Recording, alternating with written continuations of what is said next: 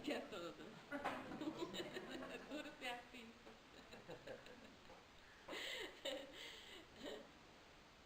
De todos os temas que eu já estudei, e inclusive não sentia dificuldade de se desenvolver, esse para mim foi o mais difícil, porque envolve questões particulares, inclusive pessoais, e nós começamos a fazer descobertas sobre nós mesmos e não, coisas que nós não sabíamos de nós, né? Então, o suicídio não matarás, porque é um dos mandamentos mais importantes da lei de Deus. Ele é base, né, do judaísmo e que é base no espiritismo, no cristianismo, em todas as religiões cristãs, porque veio de lá, dos 10 mandamentos. Não matarás. Então, por isso que eu coloquei, né, logo no começo, porque é muito forte. Não podemos matar nada, nem nós mesmos. Uma epidemia silenciosa, porque nós não temos apoio, nós também não temos, às vezes, até humildade. Às vezes não temos pessoas confiáveis suficientes para nos abrirmos tanto e falarmos a respeito de um incômodo tão grande. É melhor tomarmos logo a decisão e acabarmos logo com isso. A maior parte dos suicidas pensam assim e não procuram ajuda. E muitas vezes, por falta de atenção na família, nós não procuramos penetrar mais, mergulhar no interior de cada ente querido. Porque viver em família é isso, é mergulhar no interior de cada ente querido, principalmente de filhos. Porque nós temos uma quantidade muito grande de suicida entre os adolescentes. De 13 aos 35 anos, a nossa faixa é a que mais tenta o suicídio como um recurso para resolver seus problemas. É ficar?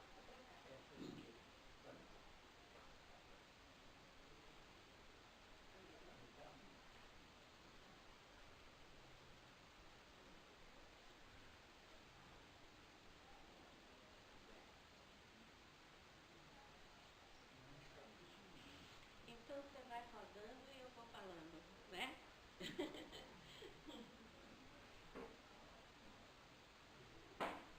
Então, os dados, os números que eu vou passar, eles estão à disposição na internet, que inclusive estão desatualizados, porque nós temos dados até 2012 e os números já se alteraram em muito até hoje, né? 2016 já fez uma diferença muito grande.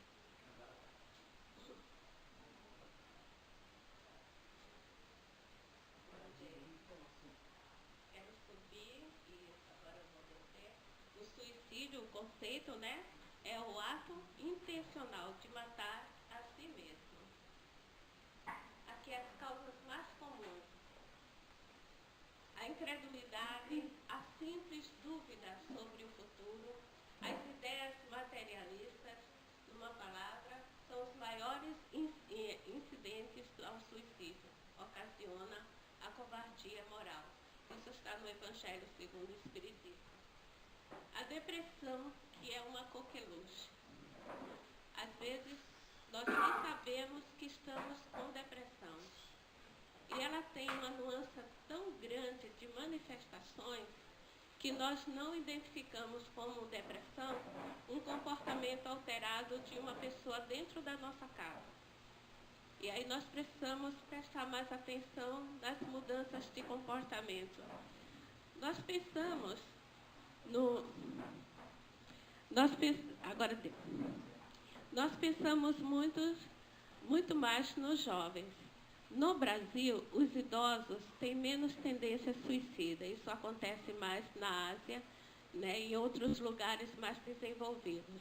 Mas nós temos muitos idosos que não se suicidam, mas se matam aos poucos com a depressão profunda pela solidão, pela falta de compreensão, pela saudade daqueles que se foram, pela falta de entendimento do que é realmente a vida, pela falta de atenção dos parentes, principalmente filhos, onde eles jogam toda a expectativa de um retorno.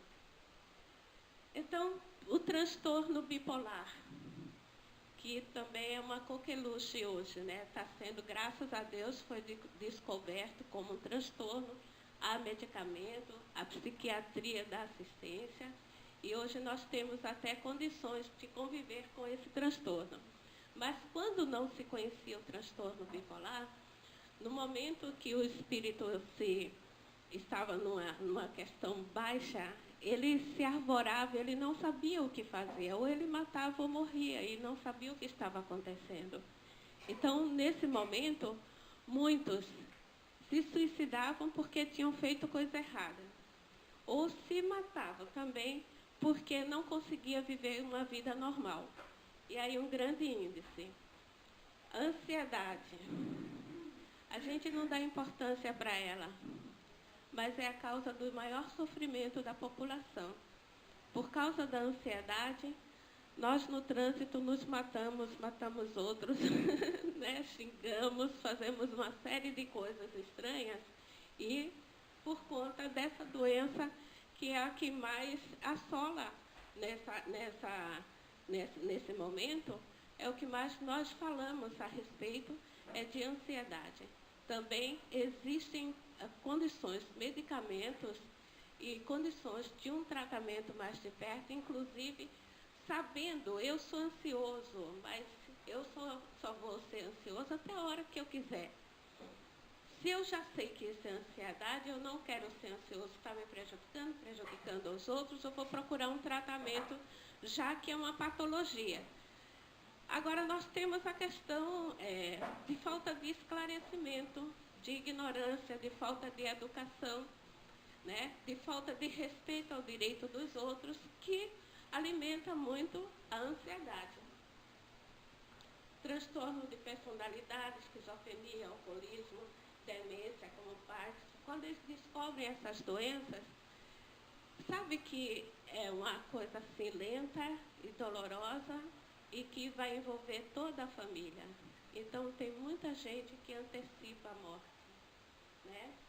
A questão biológica, por causa de deficiências e dificuldades financeiras, como aqui no preâmbulo, como o seu Douglas colocou, né, aquela historinha ali, pela dificuldade financeira. Vamos lá. Dificuldades emocionais. A rebeldia é uma dificuldade emocional, porque é um momento de falta de esclarecimento, falta de educação, é um momento de ignorância, juntando com também a ansiedade e outros fatores. Às vezes, no jovem, isso é uma coisa que, para inclusive punir os pais, como no ano passado nós tivemos uma criança de 13 anos, uma menina de 13 anos, que para punir a mãe, ela foi brincar de se enforcar para dar um susto na mãe. Só que não deu o resultado que ela queria. Quando a mãe chegou, já era tarde demais. A vontade legítima, o dever moral. Aqui é um texto do Evangelho segundo o Espiritismo, onde ele fala assim: e o que é a vida com relação à eternidade, senão bem menos que um dia? Porque nós trabalhamos a questão tão imediatista, olha a ansiedade. Nós só vemos o hoje, agora, né? E tomamos atitudes, tomamos decisões baseadas em cima dessa questão nervosa, essa questão com comprometimento neurológico mesmo. Então ele fala, mas o que é uma vida numa eternidade? Porque no momento que nós estamos sofrendo muito, estamos atravessando essas questões difíceis que a gente está acostumado aqui no centro a trabalhar, nós pensamos que ela é eterna, que não vai acabar nunca. E todos os dias é uma possibilidade daquele problema estar se dissolvendo, está sendo concluído, resolvido, e nós temos que ter muita esperança, muita fé. Aí é onde entra as questões religiosas, né? Mas para aquele que não crê na eternidade e julga com a vida que com a vida tudo se acaba, e os infortúnios e aflições o acabrunham, unicamente a morte vê a solução para as suas amarguras, nada esperando. Acha muito natural, muito lógico mesmo, abreviar pelo suicídio as suas misérias. Evangelho. Aqui está, são dados que eu peguei lá no Google, né? Mais de 1 milhão de pessoas se suicidam no mundo. Por ano? Por ano. Mais de 1 milhão. A 10ª causa de morte no mundo, mais que algumas guerras. Principal causa morte entre adolescentes e adultos com menos de 35 anos. Essa idade é a idade mais melindrosa de um ser humano. É uma idade que tem todos os conflitos, todos passam nessa idade. Desde relacionamento, como família, como emprego, como escolhas, tudo acontece justamente nessa faixa etária. E muitas vezes eles não suportam a carga de cada um desses problemas, até mesmo porque dificilmente nós temos orientações adequadas para que encaremos esses problemas de maneira digna, de maneira centrada, equilibrada, porque geralmente quando um jovem toma suas decisões, atinge toda a família, e às vezes os pais também não estão tão preparados assim para auxiliá-los nas suas decisões. Às vezes até mesmo os pais estão tão preocupados em preparar o futuro do filho e fazem escolhas que não são escolha dos filhos e que geram uma grande fuga. Aquele que não foge de casa, foge da vida. Não estou querendo culpar os pais, mas é o nosso momento mais melindroso, nós como pais. É a hora do vamos ver, porque é muito fácil a gente ter bebê, depois os filhinhos, né? Até os 12, 13 anos. Aos 14, esse espírito assume de maneira plena a sua personalidade e toda a sua herança pregressa, de vidas passadas. E aí é onde o adolescente faz uma surpresa aos pais. E muitos pais dizem assim, eu nem conheço mais. De onde que saiu? Onde que você viu isso? Como é que você chegou a essa conclusão? Daí em diante, nós somos outras qualidades de pais. Se nós não tivermos essa noção, nós não vamos ter sucesso junto à evolução dos nossos filhos nessa época. Porque até então foi muito fácil. Dá comida, dá ordem, vai dormir, vai de castigo, faça a lição, beleza. Quando passa disso, nós não sabemos o que fazer com eles. E a faixa etária é mais difícil. Então, quando nós, aos 35 anos, já estamos recebendo, inclusive, nossos netinhos, e continuamos dando orientações, continuamos nos educando e educando os nossos filhos, auxiliando na educação dos filhos deles. Mas muitos de nós, pais, paramos e achamos que depois que o filho arranja um canudinho, foi para a faculdade, arranjou um bom emprego, não precisa mais da nossa interferência moral. Nós não temos mais o que fazer com ele.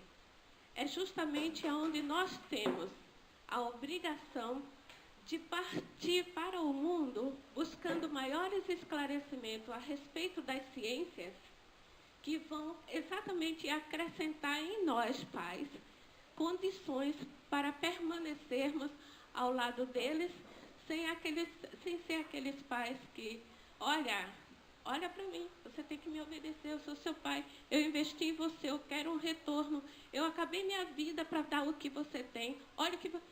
É horrível. Aí somos pais que paramos na vida. Somos pais que simplesmente estamos ali policiando os filhos, perseguindo os filhos e exigindo que os filhos sempre estejam nos pagando uma coisa que nós fizemos que era plenamente nossa obrigação. Por que paramos? Não podemos, o espírito ele não para nunca, a inteligência ela é dinâmica. Conhecer é uma coisa eterna. Então nós vamos pensar nisso para poder ajudarmos não só nossos filhos. Nossos filhos não têm problemas? Maravilha. Como estão nossos netos? Maravilha. Genro e nora? Maravilha. Vamos ajudar o filho dos outros? Pelo menos com um bom exemplo, uma boa orientação. De 10 a 20 milhões de tentativas com resultados não fatais por ano, né? Mas deixam sequelas, não só físicas como psicológicas. Muita gente toma remédio, aí fica com problemas neurológicos. Muita gente fere o corpo, não morre, mas se torna um deficiente. Então, eles não atingem o suicídio, mas ficam com problemas físicos e psíquicos.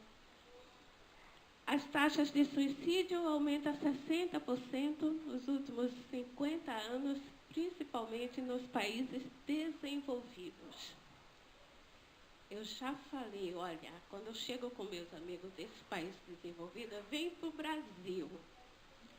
Porque o Brasil é tudo de bom. A gente ri e chora toda hora. Você não tem tempo de dizer sou infeliz ou infeliz. A gente não tem tempo de se suicidar. É tão divertido. Vem para cá. Porque é num lugar extremamente organizado, onde a taxa de infração é 0,38 num país onde eu estive, que você olha assim na rua, até o cachorro fala, com licença. Não tem um barulhinho, nada, nada, nada. Ninguém ri alto. Eu cheguei numa praça, aí tinha um grupo de hindus, onde o mestre deles estavam dando gargalhada. Eu e minha amiga vimos aquilo, achamos engraçado e começamos a rir também, né? Aí depois a minha outra amiga fala assim, mas eles estudam aqui, toda semana eles vêm aqui na praça, e eles pagam para esse mestre ensinar eles a sorrir. Eu disse, vai lá para o Rio de Janeiro. Vem para o Brasil, ninguém vai se matar, né?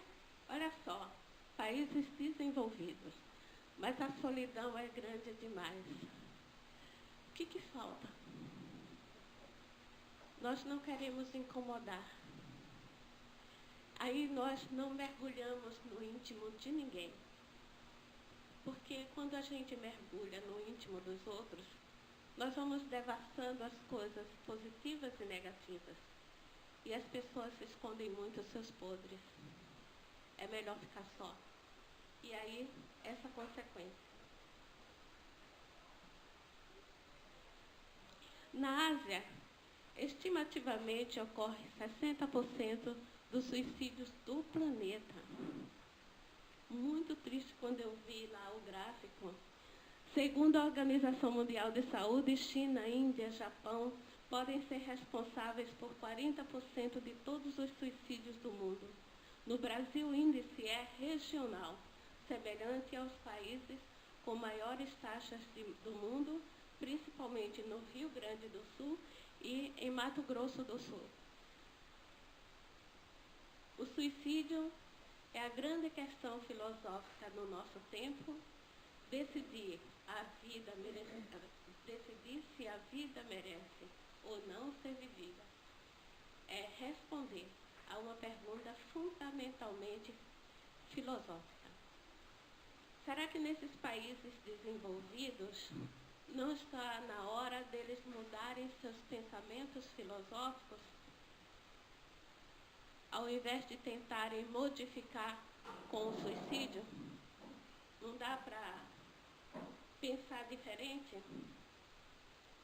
As ideias suicidas. a psicologia, pessoas que pensam em desaparecer, dormir para sempre. Vocês estão se encontrando? Ir embora para sempre, nunca mais voltar, estão se encontrando? São indícios de vontade de morrer, mesmo quando falando num tom de brincadeira, indica necessidade de intervenção. Outros comportamentos associados com tentativa de suicídio e que devem ser tratados com alerta, o fumo. Você vai morrer, então eu vou, eu quero, né? Eu quero. Então é assim que eu vou morrer?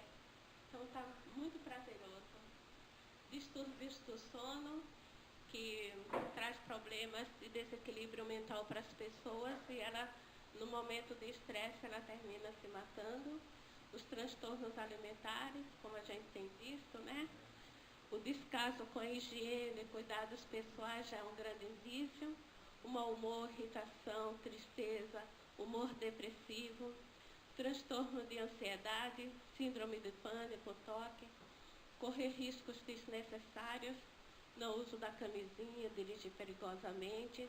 Tudo isso são indícios de que a pessoa está sofrendo, porque ela está perdendo a noção do perigo mesmo, e não está se cuidando. Não o suficiente para zelar pela sua vida, para preservar a sua vida. Alucinação, delírio, desconfiança excessiva, ação cognitiva, sintomas de esquizofrenia, ter um método planejado que leva à morte. Tem gente que é fissurado nisso. Vai tomar comprimido, vai dar um tiro na cabeça, vai cortar os pulsos, fica planejando uma maneira menos dolorosa de morrer. Também. Ouvir músicas, assistir filmes, ler livros sobre morte regularmente e ter esse fascínio, demonstrar esse fascínio pelo assunto. Então, foi até engraçado, porque alguns amigos meus não gostam da minha postura diante da morte. Porque eu não tenho, de jeito nenhum, pesar nenhum quando acontece uma morte. Eu choro mais nas Olimpíadas, quando eu vejo eles com a medalha, do que se me disser que alguém morreu. Eu não consigo sentir essa dor de perda, eu não consigo ver perda. Isso é um perigo, eu não sabia disso. Então, sempre que, inclusive, nós íamos fazer trabalhos de assistência mesmo, consolação, e a pessoa estava morrendo, eu não conseguia falar para ela que ela ia morrer e ia ser ruim. E a família inteira estava assim, muito mal. E eu dizia assim, mas por que vocês estão assim? Por que vocês não admitem que essa é a lei? É lei. Então, as pessoas não estão acostumadas, elas não aceitam ainda essa lei. E eu tive bastante problemas por conta disso. Alcione, você não leva jeito para consolar ninguém, porque você acha bom porque a pessoa morreu. Eu digo, não acho bom. Eu só não acho que é tão difícil assim aceitar uma coisa que é lei, é natural. Todo mundo vai morrer, porque desde já a gente não vai pensando diferente diante do nosso moribundo. Por que a gente não vai pensando que nós vamos nos reencontrar depois? É assim que eu penso. É uma transição, é uma viagem. Nós vamos nos encontrar depois. É difícil agora, então tem tantas outras coisas para pensar nesse momento de ida de um ente querido. Ninguém para pensar que aquele ente querido, ele precisa muito mais ter lembranças de alegria do que ver a nossa cara triste porque ele vai morrer. Ele precisa relembrar dos momentos dele mais felizes para poder, quando ele chegar no plano espiritual, ele saber imediatamente, em cima das alegrias, das vibrações de prazer, reconstruir a sua jornada. E fica muito mais fácil ele encontrar assistência espiritual. Os espíritos benfeitores, né?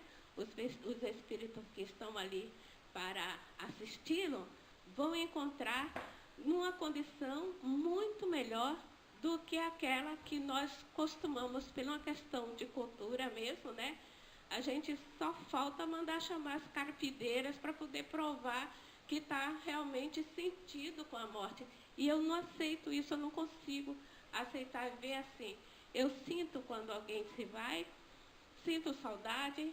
Tenho, nesses 8 anos, eu perdi 5 irmãos. E eu sinto saudade de todos eles. Mas quando eu sinto saudade, eu lembro que nós brincávamos. Eu lembro das nossas brincadeiras. Eu ponho as músicas que o meu irmão mais velho cantava, que ele era cantor, e eu começo a lembrar das coisas boas. Eu aprendi a dançar em cima do pezinho dele. Ficava no pezinho dele e ele dançava comigo. Eu lembro desses momentos, eu converso com ele. Foi bom? Logo nós estaremos juntos. Porque eu não tenho outro destino. Logo nós estaremos juntos. Mas foi difícil, nós éramos 13, nós estamos em 5 hoje. E assim, sabe, jovens. Então vamos lá.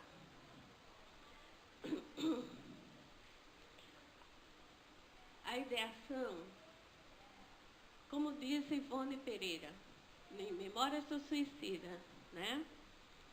Aqueles que se arrojam ao suicídio para sempre esperam livrar-se de dissabores julgados insuportáveis, de sofrimento e problemas considerados insolúveis pela tibiez da vontade deseducada, que se acovarda em presença, muitas vezes, da vergonha do descrédito ou da desonra, dos remorsos deprimentes postos a enxovalharem a consciência, consequência de ações praticadas, a revelia das leis do bem e da justiça.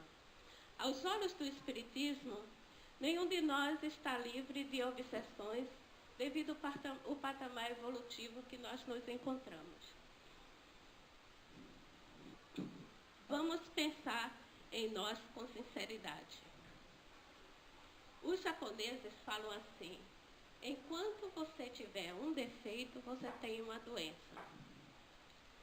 E nós espíritas dizemos assim: enquanto você tiver um defeito, você tem uma doença e tem inimigos. Porque a doença, ela nos rebaixa. A doença é uma prova de fé, é uma prova, inclusive, de esperança. E muitas vezes, doentes, nós nos rebaixamos muito, deixamos de lado essa questão de fé e esperança.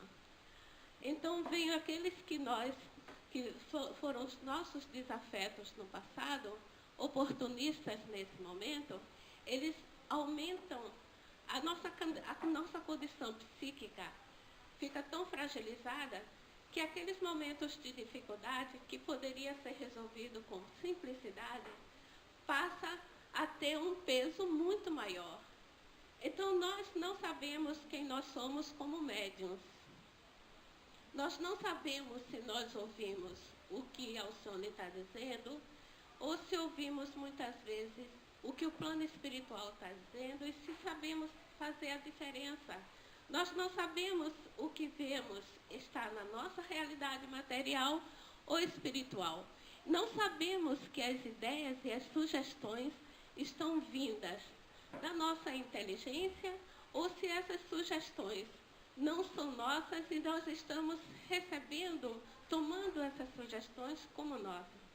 Isso daí é as ideias suicidas. No plano espiritual, tanto no plano espiritual como no plano material, como parentes, amigos, nós temos pessoas que não simpatizam conosco. Às vezes nós falamos assim, de graça, aquela pessoa não gosta de mim, mas nada é de graça. Existe ali uma energia negativa, aquele magnetismo que nos deixa, inclusive, suspeitando daquela pessoa, mantendo aquela pessoa distante, sendo antipático. A gente não resolve isso. Muitas vezes a gente se afasta e não tenta resolver. O ideal seria resolver. Ora, A minha amiga fala assim, a minha amiga espiritual, quando você olhar para alguém e o santo não se cruzar, pega que é teu. Pega que é teu e resolve. Porque você não pode voltar para lá com ele. Mas nós fazemos exatamente ao contrário. Fugimos dele todo o tempo. Então, se nós temos encarnados, imaginem desencarnados, né?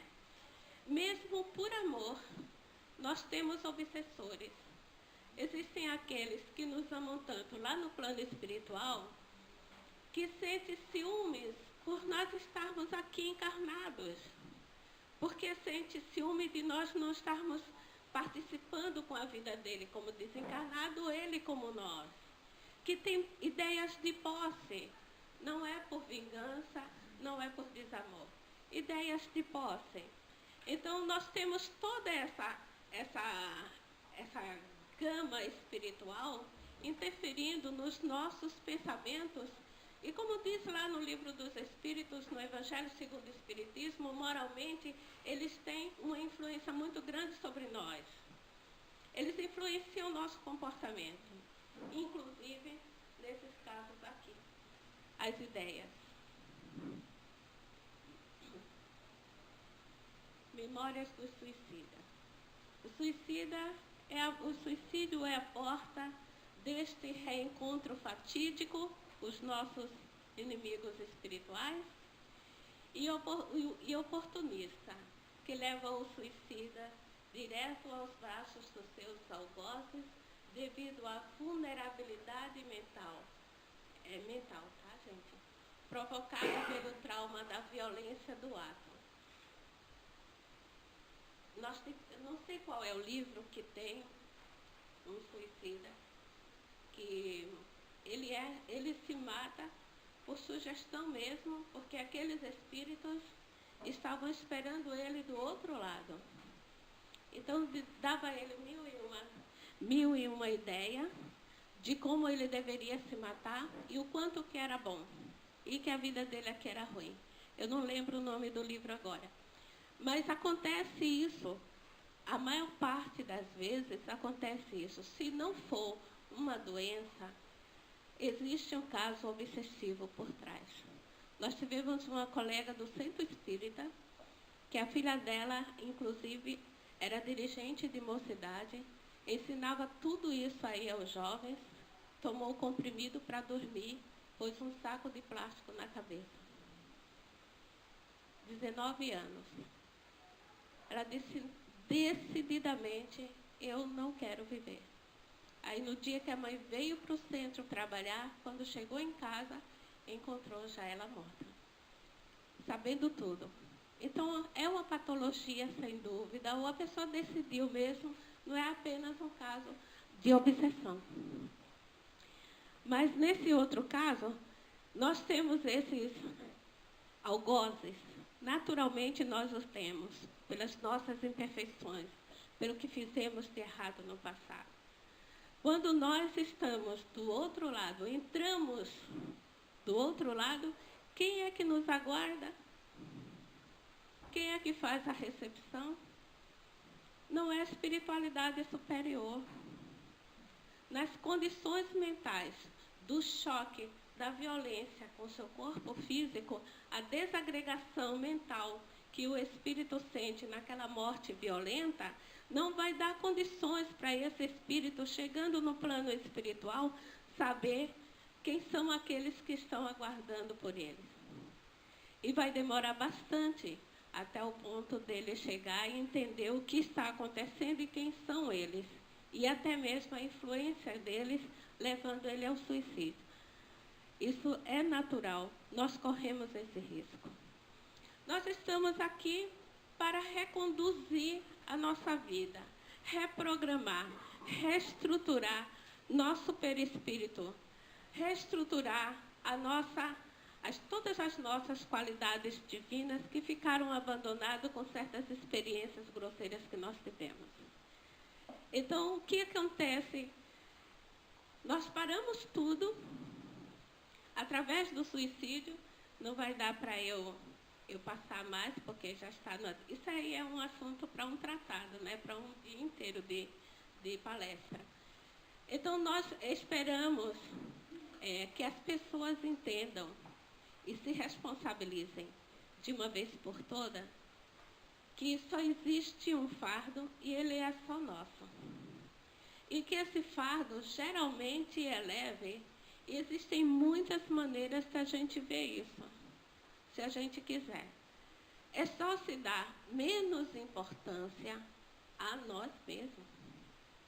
Nós temos o hábito de nos elevarmos ao topo de alguma coisa que nós achamos que a nossa dor é maior do que a outra, que o nosso sofrimento é insuportável, que nem Deus, porque a gente tem mania de falar um monte de bobagem a respeito de Deus. E uma grande bobagem que se fala é que só está na mão de Deus. Está nada. A gente não acredita nisso, porque se a gente acreditasse, quando dissesse assim, está na mão de Deus, não tinha suicídio, não tinha ansiedade, não tinha nada, porque quando a gente é criancinha, que a gente diz, olha, está na mão do pai, a gente fica quieto. O pai vai resolver, a gente fica quieto. Mas nós temos esses chavões, que são grandes mentiras, e que no momento da realidade nós não colocamos em prática.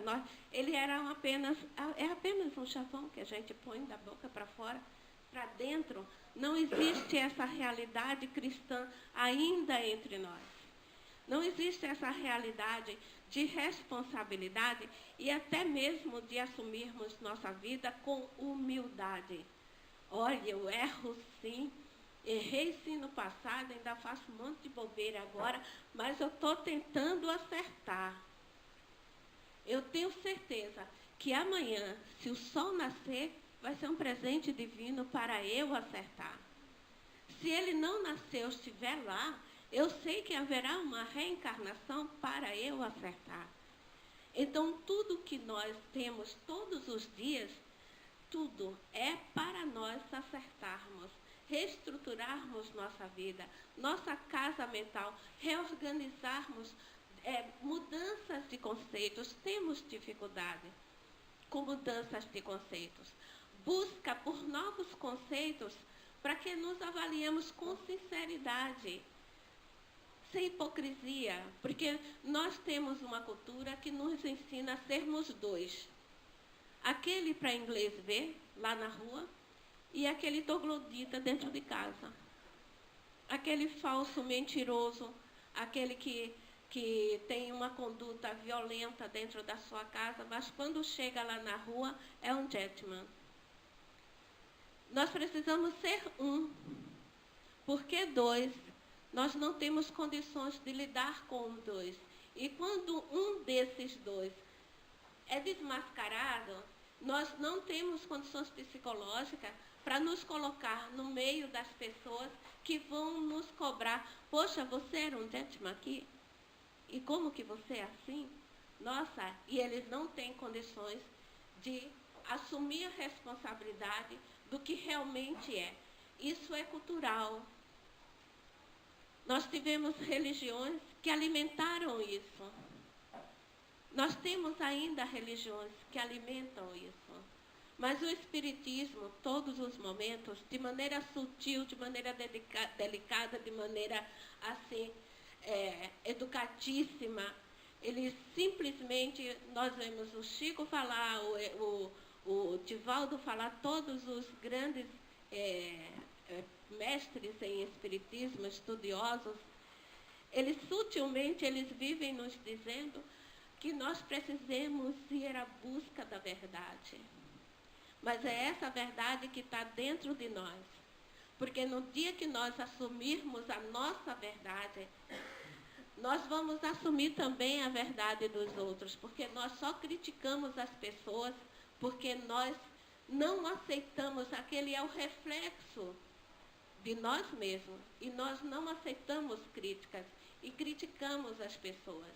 Na hora que nós dissermos, olha, eu sou pecador e o outro também, e nós estamos no mesmo barco, aí nós temos uma postura diferente. Aí nós vamos começar a pensar em mergulhar no íntimo das pessoas, de maneira assim, bem gostosa, bem irmã, bem fraternal, bem cristã, e dizer assim, olha, vamos conversar, você não está só. Nós podemos partilhar toda essa situação. Nós podemos ver a vida diferente. Eu te mostro uma maneira de ver a vida diferente.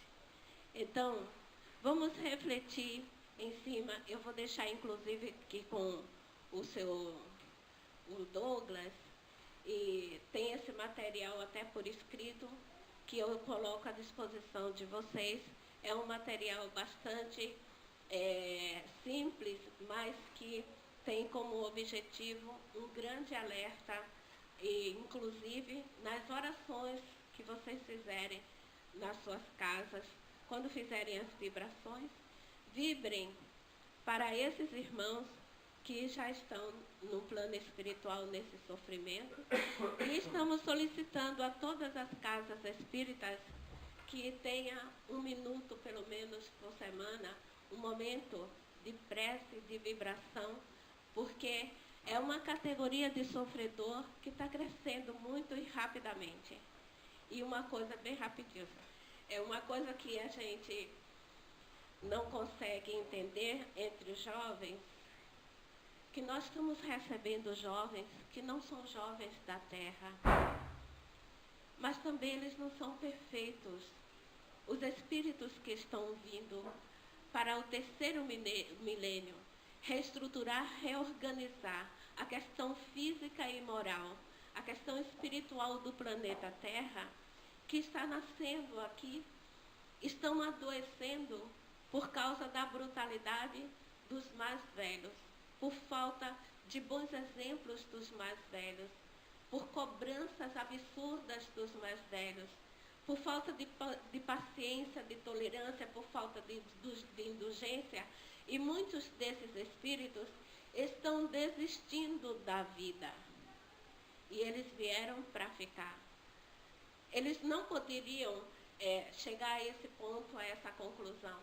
Mas são comportamentos, muitas vezes, que nós mais velhos passamos para os mais jovens, e principalmente para as crianças, que deixa esses espíritos que têm uma visão de educação, de Deus diferente, de lar diferente, ele não suporta a carga de desequilíbrio mental dos pais, dos adultos. Então vamos refazer esse caminho de volta e vamos até o ponto que nós saímos dessa questão de assumir uma família ou assumir a própria vida de maneira edificante e educativa, que possamos dar essa colaboração para qualquer pessoa, nem que seja em silêncio, com um bom exemplo. Esse é um clamor. Isso aqui realmente é silencioso, e agora nós já estamos saindo dessa questão silenciosa. Já estamos pedindo para todos estarem mais atentos até aos seus próprios pensamentos, ao seu próprio comportamento. Porque na minha casa tem um suicídio, 2 tentativas, tem esses irmãos todos mortos. Quando eu comecei a ler isso aqui, eu lembrei que quando na minha adolescência, eu dormia e acordava pensando numa maneira de morrer sem doer. Então, quando eu li isso aqui, eu me achei, eu disse, oh meu Deus, eu poderia ter feito uma grande bobeira. Sabe o que foi que me livrou? A minha mãe me pôs no convento. E ali eu conheci toda a parte cristã que logo me seduziu, e eu me fortaleci, e eu consegui vencer todas essas provas que eram minhas, hoje eu entendo, e passei dessa fase e me tornei uma adulta que tinha equilíbrio suficiente para não pensar mais em minimizar o meu sofrimento através do suicídio. Graças a Deus, uma parte que eu venci, mas era muito forte, e eu poderia ter feito igual os outros meus irmãos. Então, eu peço mais uma vez a vocês muita vibração, muita observação, disponibilização para estar cuidando desses irmãos mais necessitados, porque essa é uma caridade muito grande, é uma tarefa cristã. Que Deus abençoe a todos.